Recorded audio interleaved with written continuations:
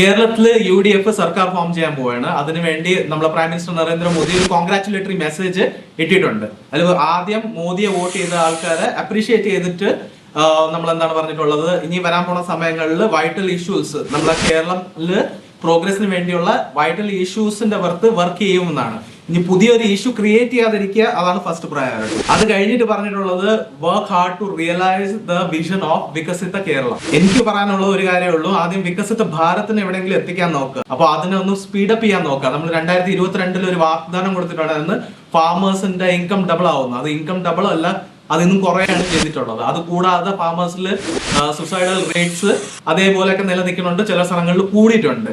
പിന്നെ അത് കഴിഞ്ഞിട്ട് ജൽജീവൻ മിഷൻ പോലത്തെ പല missions which is vital four വികസിത ഭാരത് എന്ന് പറയുന്ന കോൺസെപ്റ്റില് അതും ഒരിടത്തും എത്തിയിട്ടില്ല. കാരണം ബേസിക്കലി നമ്മൾ പല സ്റ്റേറ്റ്സ്, ഗോവ ഇങ്ങനത്തെ സ്ഥലങ്ങളിൽ നമ്മൾ കണ്ടിട്ടുണ്ട്, നമ്മൾ ജൽജീവൻ സർട്ടിഫിക്കേഷൻസ് കൊടുത്തിട്ടുണ്ട്, 100% ടാപ്പ് വാട്ടർ കണക്ഷൻസ് എല്ലാം വീട്ടുകളിൽ എത്തിയിട്ടുണ്ടെന്ന്. ബട്ട് ഇപ്പോഴും ചില സ്ഥലങ്ങളിൽ ആൾക്കാർ വെള്ളം കുടിക്കുന്നതും വെള്ളം തേടി നടക്കുന്നതിന്റെ വീഡിയോസ് നിങ്ങൾക്ക് കാണാൻ പറ്റും. അതുകൂടാതെ ഇപ്പം പുതിയ ഗംഗ എക്സ്പ്രസ് വേ എന്ന് പറയുന്ന ഒരു സംഭവം വന്നിട്ടുണ്ട്. അതും വികസിത ഭാരതത്തിന് വേണ്ടിയുള്ള ഒരു കോൺസെപ്റ്റ് ആണ്.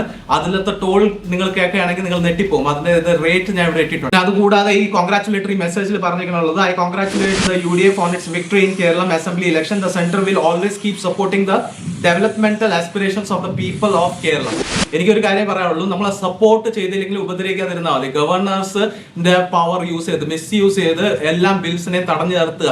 ഡൽഹിയിൽ നടന്നതുപോലെ ആ പാർട്ടിയോടെ അവരെ ഒരു ഇമ്പോർട്ടന്റ് ഗവൺമെന്റ് ആക്കി മാറ്റി. ബേസിക്കലി ലാസ്റ്റിൽ അവർക്ക് ഒന്നും ചെയ്യാൻ പറ്റാത്ത ഒരു അവസ്ഥ, അങ്ങനത്തെ അവസ്ഥ കേരളത്തിന് ആക്കരുത്. കാരണം ഇപ്പോഴത്തെ നിങ്ങൾക്ക് കിട്ടിയ മെൻഡേറ്റ് തന്നെയാണ് ഒരു എക്സാമ്പിൾ ആണ് that we don't accept such kind of activities. പിന്നെ റിലീജിയനും ഇങ്ങനത്തെ പേരിലുള്ള പൊളിറ്റിക്സ് നമ്മൾ അക്സെപ്റ്റ് ചെയ്യാറില്ല. പിന്നെ ഇവിടുത്തെ ആൾക്കാർക്ക് കുറച്ചുകൂടെ ബുദ്ധിയും വിവരമുണ്ട്. പിന്നെ നമ്മളെ പ്രീവിയസ് ഗവൺമെന്റ് ചെയ്ത തെറ്റിന് അതിനുള്ള ശിക്ഷ അവർക്ക് കൊടുത്തിട്ടുണ്ട്. ഇവിടുത്തെ ജനങ്ങൾ എഡ്യൂക്കേറ്റഡ് ആണ്, എന്നിട്ട് കുറച്ചുകൂടെ വിവരമുള്ള ആൾക്കാരാണ്. പിന്നെ പ്രൈം മിനിസ്റ്റർ നമ്മളെ കോൺഗ്രാറ്റുലേറ്റ് ചെയ്യും, നമ്മളെ സ്റ്റേറ്റിനെ കോൺഗ്രാറ്റുലേറ്റ് ചെയ്യുന്നത് വലിയൊരു കാര്യമാണ്. പിന്നെ അത് കൂടാതെ UDF ഗവൺമെന്റ് വന്നെന്ന് പറഞ്ഞുകൊണ്ട് എല്ലാം ശരിയാവുമെന്ന് നമുക്ക് പ്രതീക്ഷിക്കാനില്ല. ഇനി അവർക്ക് സമയം കിടക്കുകയാണെങ്കിൽ എന്തെങ്കിലും നല്ലത് ചെയ്യാൻ വേണ്ടി ഒരു അവസരമാണ്, അതിനെ യൂസ് ചെയ്യാൻ നോക്കുക. എല്ലാം ഗവൺമെന്റിന്റെ പോലെ കുറച്ചു കാലം വർക്ക് ചെയ്തിട്ട് പിന്നെ വർക്ക് ചെയ്യാതെ പിന്നെ 5 വർഷം ആവാറാവുമ്പോ പണിയെടുക്കാൻ തുടങ്ങരുത്. It's a humble request from a humble citizen of this country. Thank you. Jai Hind.